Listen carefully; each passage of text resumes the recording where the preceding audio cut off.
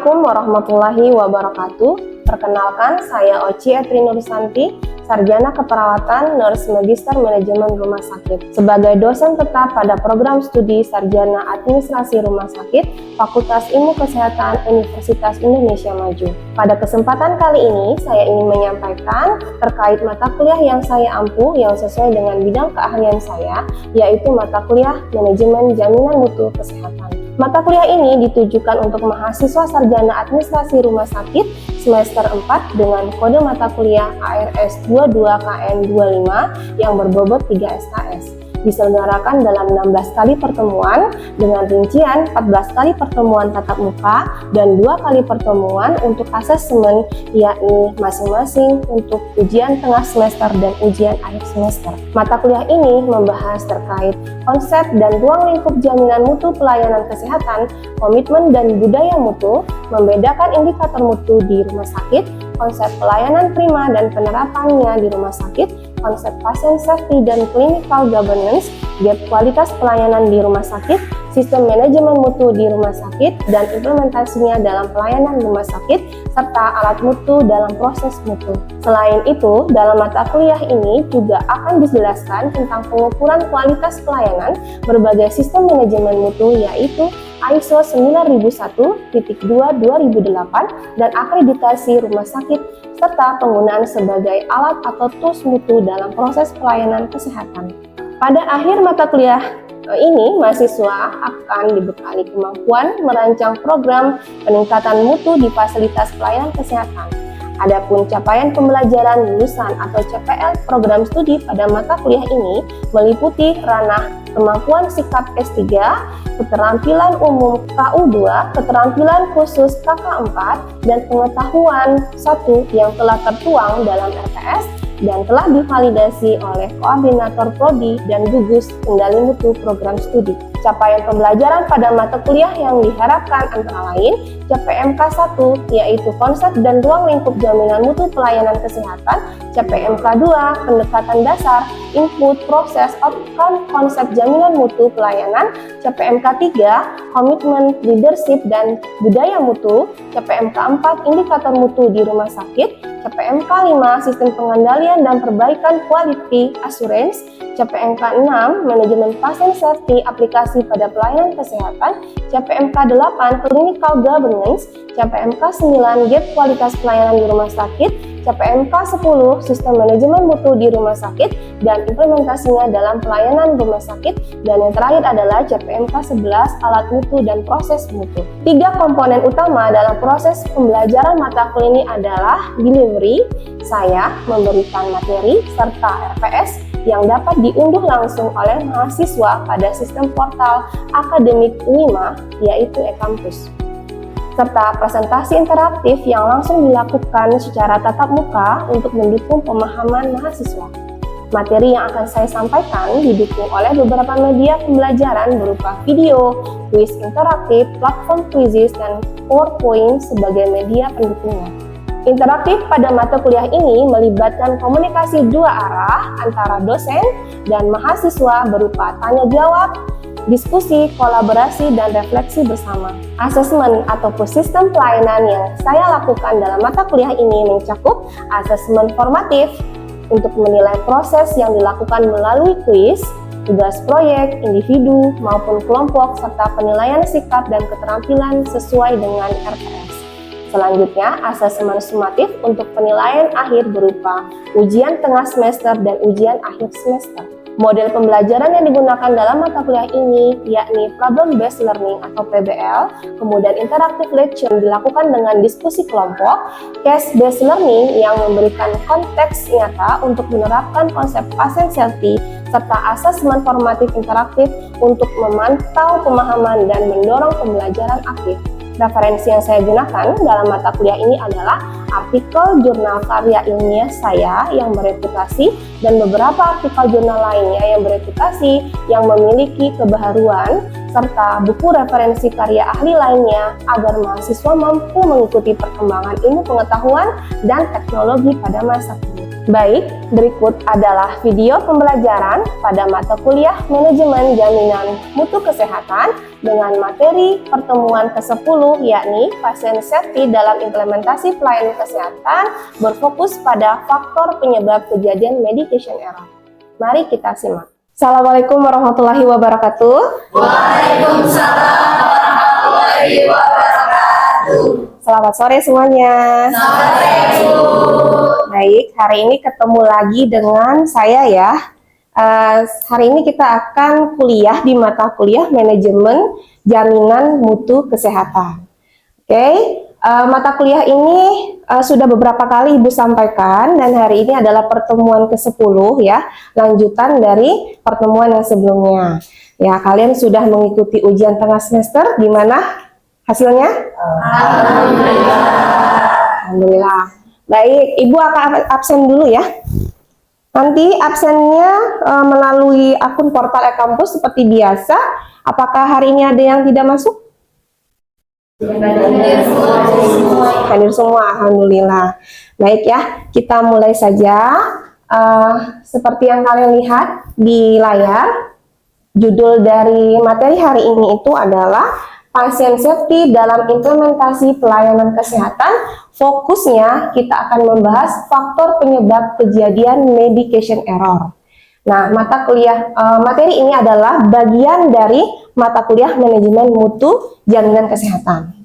Oke, kita lanjut ya. Nah, ini outline dari yang akan saya sampaikan pada hari ini ya, teman-teman. Yaitu yang pertama akan ada pendahuluan dan tujuan pembelajarannya, kemudian konsep dasar pasien safety, medication error, kemudian analisis kasus, faktor penyebab medication error, dampak medication error, dan strategi pencegahan dan penanganan berbasis penyebab. Oke, kita lanjut ya. Nah, yang pertama adalah pendahuluan dan tujuan pembelajaran. Di sini saya ingin memberikan pertanyaan besar nih ke teman-teman semua ya. Mengapa pasien safety? Oke, kenapa harus pasien safety?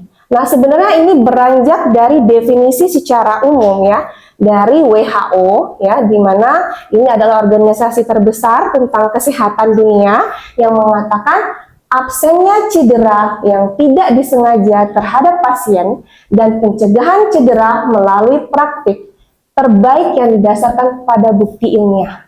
Maksudnya di sini adalah pasien safety itu tidak ada cedera. Pada siapa? Pada pasien yang mendapatkan pelayanan kesehatan. Nah, pertanyaan selanjutnya adalah apa pentingnya? Ya, nah pentingnya itu adalah yang pertama meningkatkan kualitas apa? Pelayanan kesehatan. Yang kedua mengurangi resiko cedera. Nah yang ketiga adalah membangun kepercayaan. Kepercayaan siapa? Pasien terhadap pelayanan kesehatan. Oke, nah fokus topik kita adalah faktor penyebab medication error. Oke ya, kita lanjut. Nah, ini adalah learning outcome atau capaian yang ingin didapatkan dari materi hari ini. Ya, yang pertama, kalian harus bisa memahami konsep pasien safety dan medication error. Nah, kemudian yang kedua, mengidentifikasi dan menganalisis berbagai faktor penyebab medication error. Yang ketiga, menganalisis dampak medication error. Kemudian yang keempat itu mempelajari strategi pencegahan dan penanganan berbasis penyebab. Yang kelima adalah menerapkan prinsip pasien safety dalam praktek layanan kesehatan. Oke. Nah, jangan tegang ya. Nah, ini ada barcode ya. Kalian punya handphone? Punya. Bisa scan barcode-nya? Bisa. Silakan satu kata yang terlintas di benak kalian saat mendengarkan kata pasien safety. Ada 3 kesempatan menjawab, itu diisi semua. Sudah ya? Oke. Nanti jawabannya ya, kita lihat ya. Ini akan ada perbedaan jawaban di awal dengan di akhir ketika kalian sudah mendapatkan perkuliahan saya sampai selesai. Oke, kita lanjut ya. Nah, ini adalah outline pertama kita kan, konsep dasar pasien safety. Nah, konsep dasar pasien safety ini melibatkan budaya atau culture ya, kemudian sistem, proses, dan perilaku.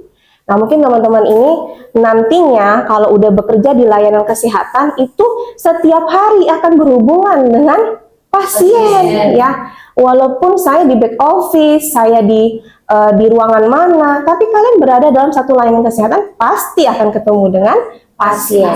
Nah, lalu prinsip utama pasien safety apa itu? Yang pertama, fokus pada pasien. Ya, jadi pasien itu sebagai pusat perhatian. Kemudian budaya keselamatan lingkungan yang mendorong pelaporan dan pembelajaran tanpa rasa takut. Ini budaya lapor. Nah, lalu yang keempat adalah kolaborasi tim, kerjasama antara profesional kesehatan. Berarti kalau profesional kesehatan itu semua profesi yang berhubungan dengan kesehatan ya, bukan dokter saja, bukan perawat saja, tapi semua karyawan yang ada di layanan kesehatan. Oke, kemudian yang terakhir adalah pembelajaran dari kesalahan. Belajar dari kesalahan. Lalu diapakan? Dianalisis ya insidennya untuk perbaikan sistem. Oke, kalau ini dikatakan prinsip utama pasien safety, berarti kalau masih ada cedera yang terjadi, pelanggarannya adalah pada prinsip gitu ya. Nah, oke, manfaatnya dari pasien safety secara singkat itu adalah menurunkan morbiditas, mortalitas, dan meningkatkan kualitas sampai kepada efisiensi biaya kepercayaan publik gitu. Jadi efisiensi biaya rumah sakit, operasional rumah sakit, dan kepercayaan publik terhadap siapa? Rumah sakit, gitu kan? Saya mau berobat ke sana karena apa? Puas, ya kan? Akhirnya itu adalah pasien puas, gitu. Oke, kita lanjut. Nah, ini adalah intinya ya, tadi ya. Medication error itu apa sih? Gitu kan? Kalau diartikan dalam bahasa Indonesia, medication error apa? Kesalahan pengobatan ya. Jadi secara harfiah itu pengertian dari medication error itu adalah kegagalan tenaga kesehatan perawat dan medis dalam melakukan tugas dengan benar. Gagal gitu ya. Gagal gitu ya. Namanya juga error kan? Gagal. Kemudian merupakan setiap kejadian yang dapat dicegah sebenarnya, yakni penggunaan obat yang tidak tepat atau merugikan pasien. Ketika obat berada dalam kendali profesional kesehatan, pasien atau konsumen itu tidak akan cedera. Itu menurut NCC NERP. Ini itu adalah salah satu organisasi terkait tentang pasien safety ya secara global. Oke.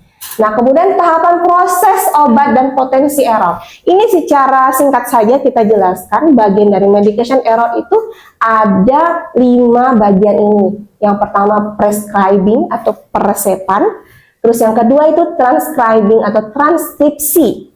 Kemudian yang ketiga itu dispensing atau distribusi, kemudian yang keempat itu pemberian, administration, dan yang kelima itu monitoring.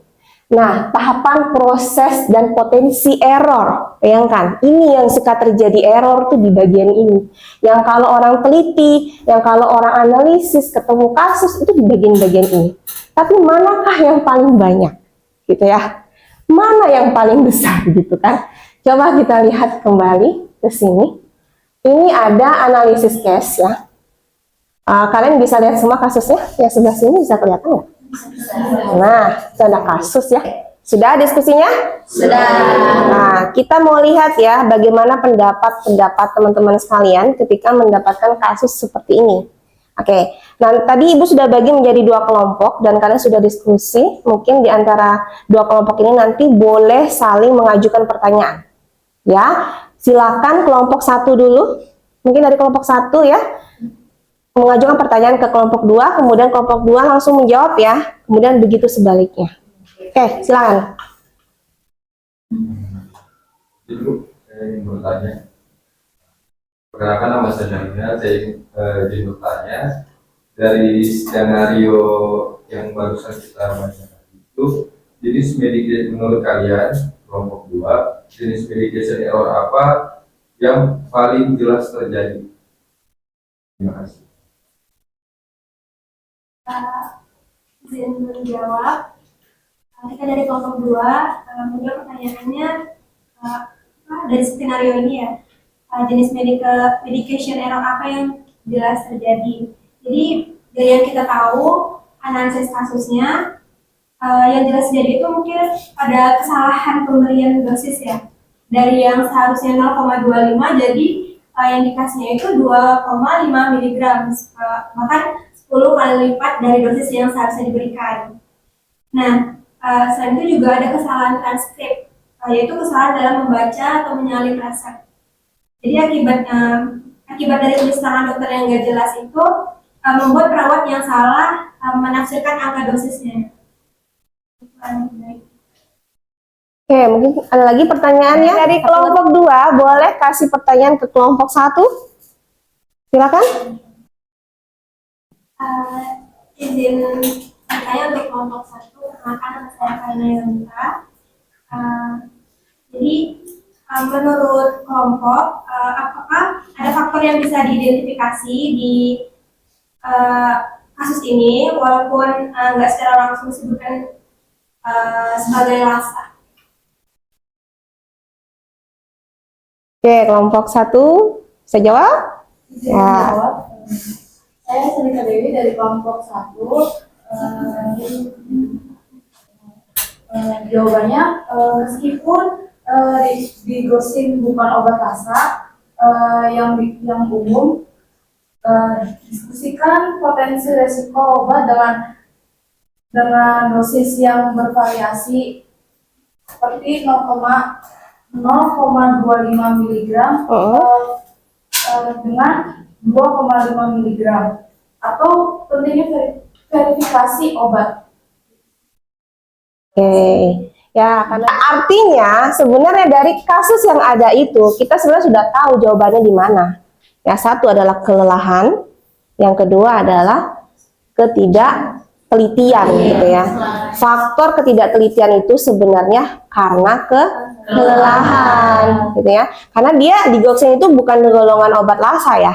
Bukan golongan obat-obat yang kalau dibacanya itu sama tapi hurufnya berbeda, nah itu kan bagian dari LASA. Nah dia tetap digokseng bacaannya, cuman hanya karena dosisnya yang berbeda. Oke, kita lanjut ya. Nah ini faktor penyebab medication error. Secara analisis tadi sudah dikatakan ada faktor manusia ya, kelelahan, stres, kurangnya pengetahuan, komunikasi tidak efektif, kognitif bias, dan distraksi gitu ya. Benar nggak tadi dari kasus itu? Iya, benar ya. Berarti poinnya adalah faktor penyebabnya itu adalah dari manusia. Nah, lalu bisa saja faktor penyebab lain itu dari sistem. Kalau sistem tadi pembagian beban kerja yang tinggi. Tadi kan dikatakan dia habis shift malam yang panjang ya. Mungkin saja pada waktu itu mereka hektik tuh malam-malam ya. Ada pasien banyak dan lain-lain. Nah, ini berkaitan dengan sistem atau organisasi. Kemudian desain sistem yang buruk, kurangnya SOP, kurangnya teknologi pendukung keputusan, dan budaya organisasi yang ada. Gitu ya. Nah, artinya selain manusia, potensi kesalahan medication error itu juga bisa disebabkan dari faktor sistem gitu. Terus yang ketiga itu adalah faktor obat. Kalau obat ini masuk ke dalam golongan nama-nama obat LASA, LASA itu adalah look alike, sound alike ya. Kelihatannya sama, kelihatannya didengarnya terasa sama gitu. Nah, ada beberapa golongan-golongan obat ya. Kemudian kemasannya itu serupa. Ya, kemudian yang ketiga itulah dosis atau konsentrasinya itu bervariasi. Potensi salah pilih konsentrasi gitu ya. Kalau tadi nggak ada salahnya di konsentrasi nama obat, tapi ketika penerimaan resepnya itu yang salah. Oke, berarti paham ya dari kasus itu jawabannya apa? Faktornya adalah manusia. Oke, kita lanjut. Nah, ini adalah penelitian yang saya lakukan sendiri ya, berkaitan dengan materi hari ini, yaitu faktor medication error dari perspektif perawat pada pelayanan pasien rawat inap di rumah sakit. Kenapa saya ambil respondennya perawat? Karena perawat itu adalah petugas kesehatan yang 24 jam per 7 ketemu pasien terus gitu ya. Artinya apa? Mereka saling berkesinambungan merawat pasien. Bukan berarti satu perawat itu 24 jam ya, tapi mereka saling berkesinambungan. Nah, pada penelitian ini saya mendapatkan hasil ternyata skor rata-rata tertinggi faktor kejadian medication error itu disebabkan oleh intensitas kerja yang tinggi, sinkron lama. Case tadi, ternyata di lapangan benar kejadiannya seperti itu. Nah, kemudian skor rata-rata terendah yang banyak menjadi penyebab faktor medication error itu adalah kelelahan. Nah, sebenarnya itu rata-rata terendah kalau untuk kelelahan, gitu ya. Kenapa? Karena faktor kelelahan itu karena intensitas kerja yang tinggi. Kalau intensitas kerjanya nggak tinggi, ya nggak lelah ya. Gitu, ini hanya kayak urutannya mana yang prioritas gitu ya. Nah, ternyata begitu. Kesimpulan pada akhirnya, persepsi kerja perawat yang tinggi mengakibatkan peningkatan aktivitas kerja, gitu ya. Kemudian yang kedua, meningkatkan proporsi kerja perawat yang mengakibatkan tingginya beban kerja perawat yang dapat menimbulkan apa? Stres kerja, gitu. Berarti kesimpulannya adalah stres kerja yang berdampak pada kelelahan. Itu nggak kalian? Kalau banyak tuh tugas menumpuk, stres gitu, lelah kan? Iya. Berpikir tuh lebih lelah daripada bertindak ya. Enggak. Oke, ini ya. Itu ada jurnalnya kalau kalian ingin baca secara keseluruhan. Nah, kita masuk ke materi berikutnya. Dampak medication error. Apa tuh dampaknya? Tadi ada jawaban-jawaban yang sudah kalian sebutkan ya. Dampak pertama itu pasti pada pasien. Apa yang terjadi? Apa yang pertama adalah cedera, pasti ya. Padahal itu yang harus dihindari kan tadi pasien safety, gitu ya. Cedera ini bisa cedera fisik, bisa golongan ringan, sedang atau bahkan permanen. Bahaya. Nah, kemudian dampak pada profesional kesehatan sudah pasti akan ada stres emosional, rasa bersalah, depresi, banyak hukuman etik yang didapatkan sampai kerugian reputasi profesionalnya. Nah, strategi pencegahan dan penanggulangan berbasis penyebab ini biasanya kita lihat dulu faktor penyebabnya dari mana. Kalau dia dari manusia, berarti dari manusianya kita benahi gitu ya. Paling umum dan populer itu terjadi kalau faktor manusia itu adalah karena komunikasi. Komunikasi yang tidak efektif gitu. Nah, maka ada tuh banyak pelatihan terkait tentang komunikasi yang efektif pada pelayanan kesehatan. Walaupun Nah, kemudian mengatasi dari faktor obatnya, yaitu adalah penggunaan huruf yang benar ketika kita menggunakan obat-obat dalam golongan LASA, kemudian pembatasan konsentrasi obat tertentu, dan pemisahan penyimpanan obat dengan kemasan serupa, sampai kepada peran pasien. Terkait medication error dalam pelayanan manajemen pasien safety di pelayanan kesehatan. Nah, Ibu ingin tanya nih, ini ada komitmen ya. Komitmen tahu nggak maksudnya? Apa yang sekarang kalian rasakan nih setelah dapat materi, kemudian nanti kalau kalian terlibat dalam pelayanan kesehatan, komitmen kalian itu untuk keselamatan pasien itu apa? Gitu. Silakan disebutkan mungkin dari teman-teman sekalian bisa menyampaikan apa komitmen kalian ketika kalian berada pada pelayanan kesehatan untuk menerapkan prinsip keselamatan pasien. Siapa yang bisa? Silakan. Komitmen saya akan selalu melakukan verifikasi 5 benar plus 1 tepat untuk sebelum memberikan obat kepada pasien. Oke, 5 benar. Komitmen saya itu saya akan fokus dan tidak akan terdistraksi saat menyiapkan dan memberikan obat. Oke, konsentrasi ya. Ya, betul. Lalu ada lagi? Tambahan? Ya, silakan. Itu komitmen saya itu saya akan lebih proaktif dalam mempelajari obat-obatan baru dan potensi efek samping. Oke, meningkatkan pengetahuan. Ada satu lagi nggak terakhir? Saya, Bu. Silakan. Kalau dari komitmen ini saya akan melaporkan setiap near miss atau kesalahan yang terjadi agar kita semua bisa belajar dan mencegah terulang gitu. Oke, mencegah terjadi pengulangan kesalahan. Ya. Belajar menganalisis kesalahan ya. Oke teman-teman, tadi di awal Ibu tanyakan ke kalian ya, apa yang kalian pikirkan di dalam pikiran kalian nih ketika kalian mendengarkan kata patient safety?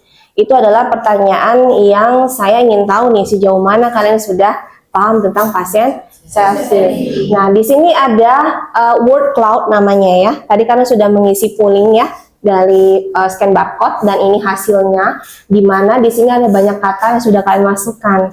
Cara membacanya ini adalah ya, ini adalah banyak kata dengan berbagai warna. Pada warna yang paling terang dan tulisan yang paling besar, itu adalah jawaban yang paling banyak kalian sebutkan. Berarti apa tuh? Perlindungan pasien.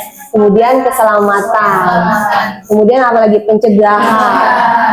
Ya, berarti kira-kira nih kalau misalnya nanti ditanya kembali tentang patient safety, kalian sudah tahu ya apa itu inti dari permasalahan patient safety. Kita bicara soal keselamatan, perlindungan, pencegahan pasien. Oke, ya terima kasih ya teman-teman semuanya ya.